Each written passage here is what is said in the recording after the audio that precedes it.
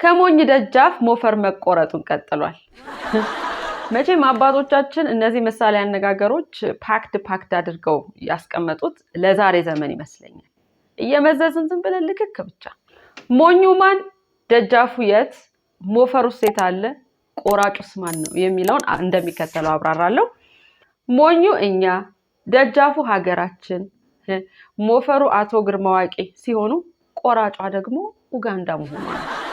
ሰሞኑን እንግዲህ ኡጋንዳ አየር መንገዷን ጠፍጥፈው ሰርተው እንዲያስረክቧት አቶ ግርማ ዋቄን የድርጅቱ ስራ አስፈጻሚ ወይም ሲኢኦ አድርጋ መሾሟን ሰምተናል። ጥሩ አማካሪ ያላቸው ሀገሮች እንግዲህ እንደዚህ ያደርጋሉ። አንዳንድ አማካሪዎች ታሪክ ይተርካሉ፣ አንዳንድ አማካሪዎች ደግሞ ታሪክ ይሰራሉ።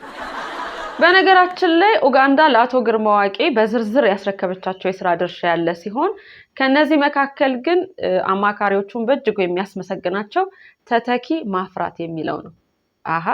ሰው ተሰባሪ ሸክላ እንደሆነ ማወቅ ይኖርብሃል። የሰው ሀገር ሰው አምጥተህ እያሰራህ እንደሆነ መረዳት ይኖርብሃል። እኔ የምለው ግን አሁን የኛ ሀገር አየር መንገድ ምክር በዝቶበት ነው እሳቸውን ያህል ሞፈር ያስቆረጠው? እንተዋወቃለን እኮ እሳቸው እዚህ ያሉ መቼም ለሀገር ውስጥ በረራ ብላችሁ ሞያ ብስኩት አልነበረም የምታበሉ እንዴ? እኔም አንዳንዴ ይሄ አየር መንገድ ግን በስኳር በሽታ ሊደፋን ነው እንዴ ምናምን ነው የምለው። በዚያ ላይ በረራ አስተናጋጆቹ እንዴ ሳቃችሁ ግን ማብሪያና ማጥፊያ አለው። ለዓለም አቀፍ በረራ እንደዛ ድርድር ጥርሳችሁን ስታሳዩን ብልጭ አድርጋችሁ ትቆዩና የሀገር ውስጥ በረራ ሲሆን ድርግፍ። መብራት ኃይልም እንደዚህ ነው የጠመደን። እኔማ ወይ የሆነ ቲፕ ነገር እንስጣቸው እንዲህ ምናምን ማበረታቻ አልኩ። ምን እሱ ብቻ 45 ደቂቃ ለሚፈጅ ጉዞ 4 ሰዓት ከ50 ሰከንድ ምናምን ነው የምትጉላለው። እንደዛም ሆኖ ደግሞ አንዳንድ ጊዜ በረራው ተሰርዟል ልትባል ትችላለህ እንዴ? ሀገር ሰላም ቢሆን እኮ ከጓደኛ ጋር ቆሎህን እየቆረጠምክ ወክ አድርገህ የምትደርሳትን መንገድ ነው እንግዲህ እነሱ በክንፍ ያድርሱኝ ብለህ እየጠበቅክ የምትጉላለው። ጌታዬ ገብርኤል ራሱ ኦሪጂናል ክንፍ ይዞ እንደዚህ አልተፈራራም። እናማ አቶ ግርማ ዋቄን ጡረታ አውጥተናቸዋል ብለን ደጃፋችን ላይ ስናስቀምጣቸው ኡጋንዳ ሆዬ እኔ አስገባውታለሁ ብላ ቆርጣ ይዛ ሄዳለች ማለት ነው። ለእርሶ መልካም የስራ ጊዜ ሆነልዎት። እኔ የምለው ግን ይህችን ሀገር ውለጅ እንጂ አትጠቀሚ ብሎ የረገማት ሰው አለ እንዴ? እገሌ ብለን የማንጠራቸውን ተዋቸውና የትየለሌ ስለሆኑ ማለት ነው በስምም በምግባርም የምናውቃቸው ሰዎች ሀገር ጥለው እየሸሹ እኮ ነው። ስንቱ ሞፈራችን ነው ሌላ ሀገር ሄደው የሚያርሰው። Purdue alumnus, distinguished professor of agronomy and 2009 World Food Prize winner, Dr. Gebisa Ejeta. አሁን ፕሮፌሰር ገቢሳ እጀታን እንደ ሀገር የሆነ ሳር ጎዝጉዘን ምንጣፍ አንጥፈን ለምናን ልናመጣቸው የሚገባ ሰው አልነበሩ? ችግሩ አንተ ስማቸውን ራሱ አታውቅም፣ አሜሪካ ስማቸውን ጠርታ ትሸልማቸዋለች።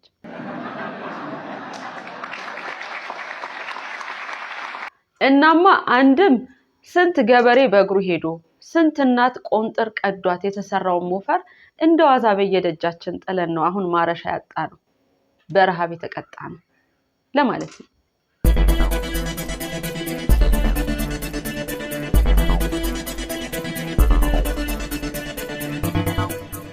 የውጭ ምንዛሪ ወንጀልን በተመለከተ ሲዳኙ የነበሩ የከፍተኛ ፍርድ ቤት ዳኞች በጥቁር ገበያ ዶላርን ወደ ብር ሲመነዝሩ ተዘረፉ የሚል ዜና ደግሞ የነገረን መሰረት ሚዲያ ነው።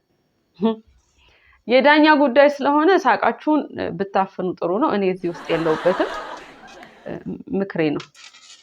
ያው ፈላስፋዎቹ እንዲህ አይነት ነገር እየገጠማቸው ነው እንግዲህ ህይወት አብዘርድ ናት ወይም ወለፈንዲ ናት የሚሉት። እንዴ ታየኝ እኮ ዳኛው ተከሳሹን አቆሞት የት አካባቢ ነው የምትመነዝረው? ብሔራዊ ባንክ አካባቢ ዙሪያውን በግልጽ በትክክል ተናገር፣ የት ቦታ? እጥፍ ብሎ ያለው ልብስ ቤት። ስልክ ቁጥሩ ይኖርሃል? እንግዲህ በክስ ማጣራት ሰበብ የመመንዘሪያ ቦታውን ሲያጣሩ ነበር የከረሙት ማለት ነው። ለነገሩ ግን እንደነዚህ አይነት ሰዎችን መዳኘቱ በራሱ ወደዚህ ስራ ለመግባት የሚገፋፋ አይነት ነገር ይመስለኛል። አስባችሁታል? በየቀኑ አቃቢ ህግ እየመጣ ይሄን ያህል ዶላር ይሄን ያህል ብር እያለ ሲጠቅስ ይሄ ነገር ከዳኝነቱ ይልቅ አይሻልም የሚል ምኞት ሊያስመኝ ይችላል ማለት ነው። በዜናው ላይ እንደተዘገበው ዳኞቹ ወደ 3000 አካባቢ የሚደርስ ዶላር ከባንክ ለውጭ ጉዞ የሚውል ማለት ነው ከባንክ በመውሰድ ነበረ ወደ ብር ሲመነዝሩ የተዘረፉት።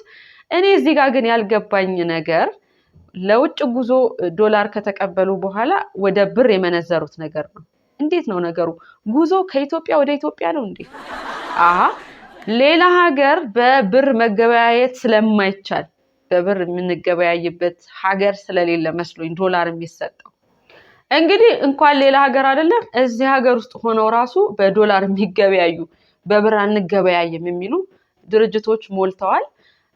ባለፈው አንስተነው ነበር። ለምሳሌ ICIS የሚባለው ትምህርት ቤት በዚህ ዓመት መባቻ ላይ ወላጆችን ሰብስቦ ዘንድሮ በብር አልጫወትም የምመድበው በዶላር ነው ምናምን ብሎ ነግሯቸው ነበር። ያው ድርጅቱ በአቋሙ መጽናቱን አውቀናል። ግን ወላጆች ከየት አምጥተው እየከፈሉ ነው የሚል ጥያቄ ማንሳት እንፈልጋለን።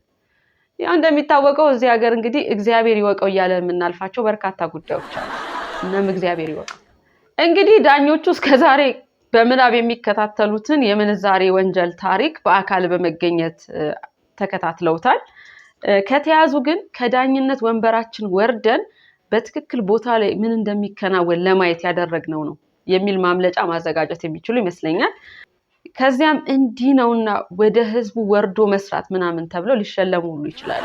ያው አንዳንዴ እንግዲህ ወደ ህዝቡ ወረድ ብለን ምናምን የሚለው ለእንደዚህ አይነት ተግባር ሊሆን የሚችልበት አጋጣሚ አለ። አሁን የኛ ቀበሌ ሊቀመንበር ህዝቡ ጋር ወርደን ነው የምንሰራው ይሉና ልክ ከፎቅ እንደወረዱ የት ነው የሚገኙት? አስካለ ጠጅ ቤት። በእርግጥ አስካለ ጠጅ ቤት ነው የአካባቢው ችግር የሚገኘው ምናምን የሚል ሎጂክ ያነሳሉ። እውነትነት አለው። ችግሩ በዝርዝር ሲሰሙ ይቆዩና 2 ብር ላይ ሲጠጡ ችግሩን የፈቱ ነው የሚመስላቸው። ስለዚህ ህዝቡ ጋር መውረዳቸው አብሮ ከመጠጣት ያለፈ ብዙም ፋይዳ እየኖሩ አይደለም። ህዝቡ ጋር ወርደን ስትሉ ይችልችንም አስቧት ለማለት ፈልጌ ነው። እኔ ምለው ግን ህዝቡ ጋር ወርደን ነው የምንሰራው ምናምን የምትለው አገላለጽ ጤነኛ ናት? እኛ ራሳችን ሸክፈን ምናምን እዛ ወንበሩ ላይ ሰቅለናችሁ አሁን መልሳችሁ እኛን ወርደን ነው የምንሰራው? ሰው አክባሪ ምናምን ከመሆናችሁ የተነሳ እኛ ጋር የወረዳችሁ አታስመስሉታ። የምር ህዝቡ ጋር ወርጄ ነው የምወያየው ምናምን ማለት ያለበት ይሄ ሰውዬ ብቻ ነው እንዴ። ካልወረደ በቀር እንዴት አድርገን እንሰማማና እንግባባለን? ነገርየው ግን በራሱ አስቂኝ ዜና ነው። ምናልባት ሄድላይን መሆን ካለበት ግን ቢሆን የምንመክረው ወንጀለኛው ዳኛ ከመጽሐፍ ውስጥ ወድቆ ምድር ላይ ተገኘ የሚል።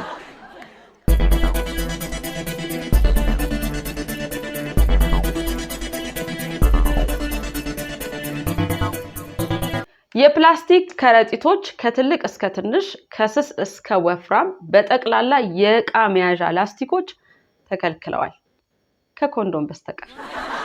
ኃላፊዋ ናቸው ያሉት። ይህም ማለት እንደዚህ አይነት ፕላስቲኮች ይህም አዋጁ የሚከለክለው ፕላስቲክ ነንወቨን ባክስ ወይም ደግሞ ከረጢቶች እንዴ ሙሉ መረጃ መሰጠት አለበታ። እሱም ፕላስቲክ በዛውም መያዣ እንዴ ተከልክሏል ብሎ የሚሳሳት እንዳይኖር እንደ ዜጋ ማስጠንቀቂያ ያስፈልጋል።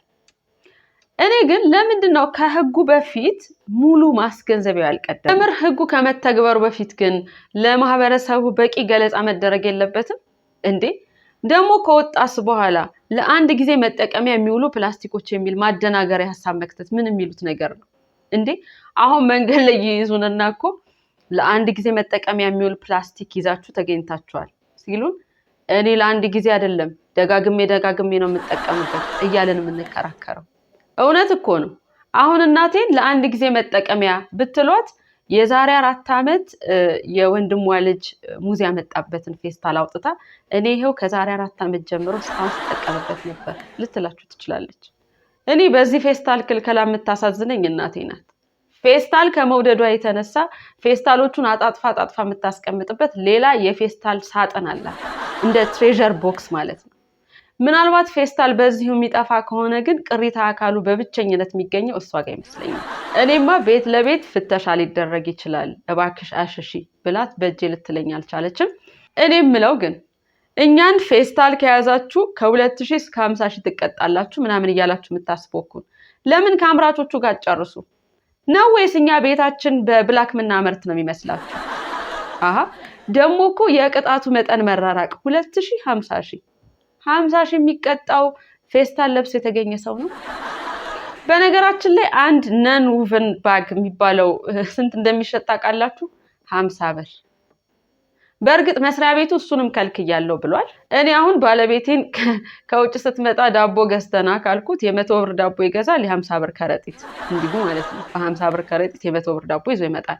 በሚቀጥለውም ቀን ካዘዝኩት በተመሳሳይ የዳቦ ወጫችን በከረጢቱ ምክንያት በ30% ጨምሯል። በዚህ ምክንያት እሱ በፍጹም ዳቦ ገዝቶ እንዳይመጣ ሴኔቱ ወሰነ። ሴኔቱ ማን ነው? እኔ ነኝ። በእውነቱ ይሄ ወንዶችን ነፃ ለማውጣት የተሰራ ሴራ ነው እንጂ ህግ አይደለም እንዴ።